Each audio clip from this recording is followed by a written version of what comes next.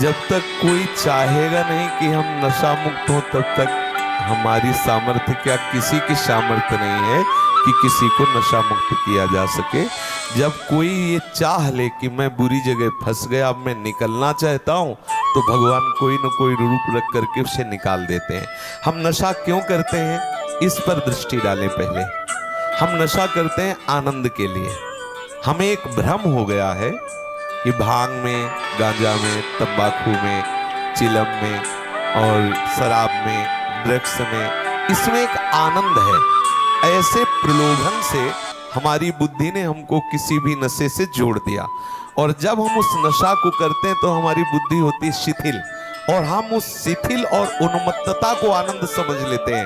धीरे धीरे हम उस शिथिलता और उन्मत्तता का ऐसा प्रभाव पड़ता है, इतने आसक्त हो जाते हैं कि हम उसके बिना जी नहीं सकते, और वो उस प्रमत्ता में, उस उन्मत्ता में, उस प्रमाद स्थिति में वो बड़े बड़े दुराचार प्रवृत्तियों से भी युक्त हो जाता है। उसका शरीर ऐसे ऐसे रोगों से ग्रसित हो जाता। अभी कुछ ही दिन पहले एक अपने हैं, शायद यहाँ बैठी हूँ, उनके पति शराब पीते थे, उनका लीवर खराब हो गया।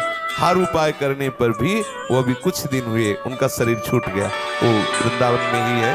तो अब हम क्या करते हैं कि हम आनंद के लोभ से नशा करते हो, नशा हमारा सर्वनाश कर देता है।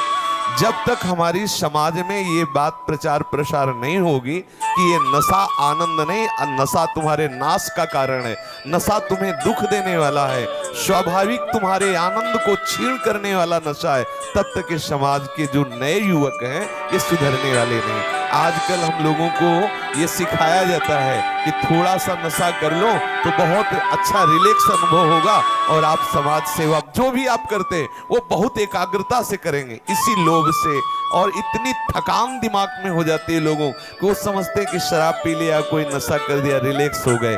जब तक भगवान की शरण में नहीं होंगे, जब तक शास्त्रों का स्वाध्याय नहीं होगा, जब तक वो किसी संत महात्मा की आज्ञा के अनुसार नहीं चलेंगे, तब तक सच्चे आनंद का परिचय नहीं होगा।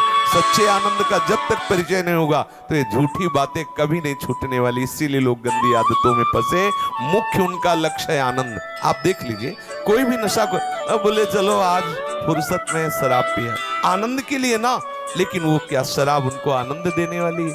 क्या ये नशे आनंद देने वाले? पर अज्ञान के कारण वो ऐसा करते।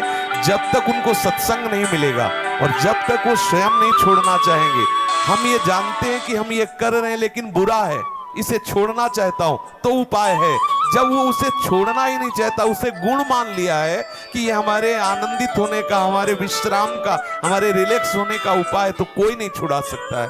इसलिए हमें लगता है कि पहले उनको सत्संग मिलना चाहिए, वो इस बात को समझें कि मैं गलत आचरणों में हूं, मुझे छोड़ना चाहिए गलत आचरण, फिर वो छोड़ सकते हैं। पक्का समझ लीजिए, हर नशा आनंद के लिए करते हैं और वो नशा उनके आनंद का नाश करने वाला है। आनंद तो सच्चिदानंद प्रभु के चरणों में है।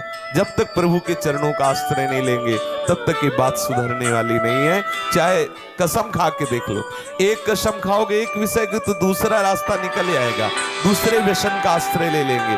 जब आनंद मिलेगा प्रभु की तरफ तो फिर उनका मन शांत हो जाएगा। निज सुख बिन मन होई की पीरा।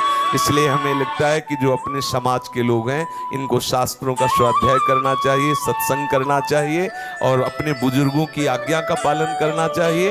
व्यसनों से दूर रहें,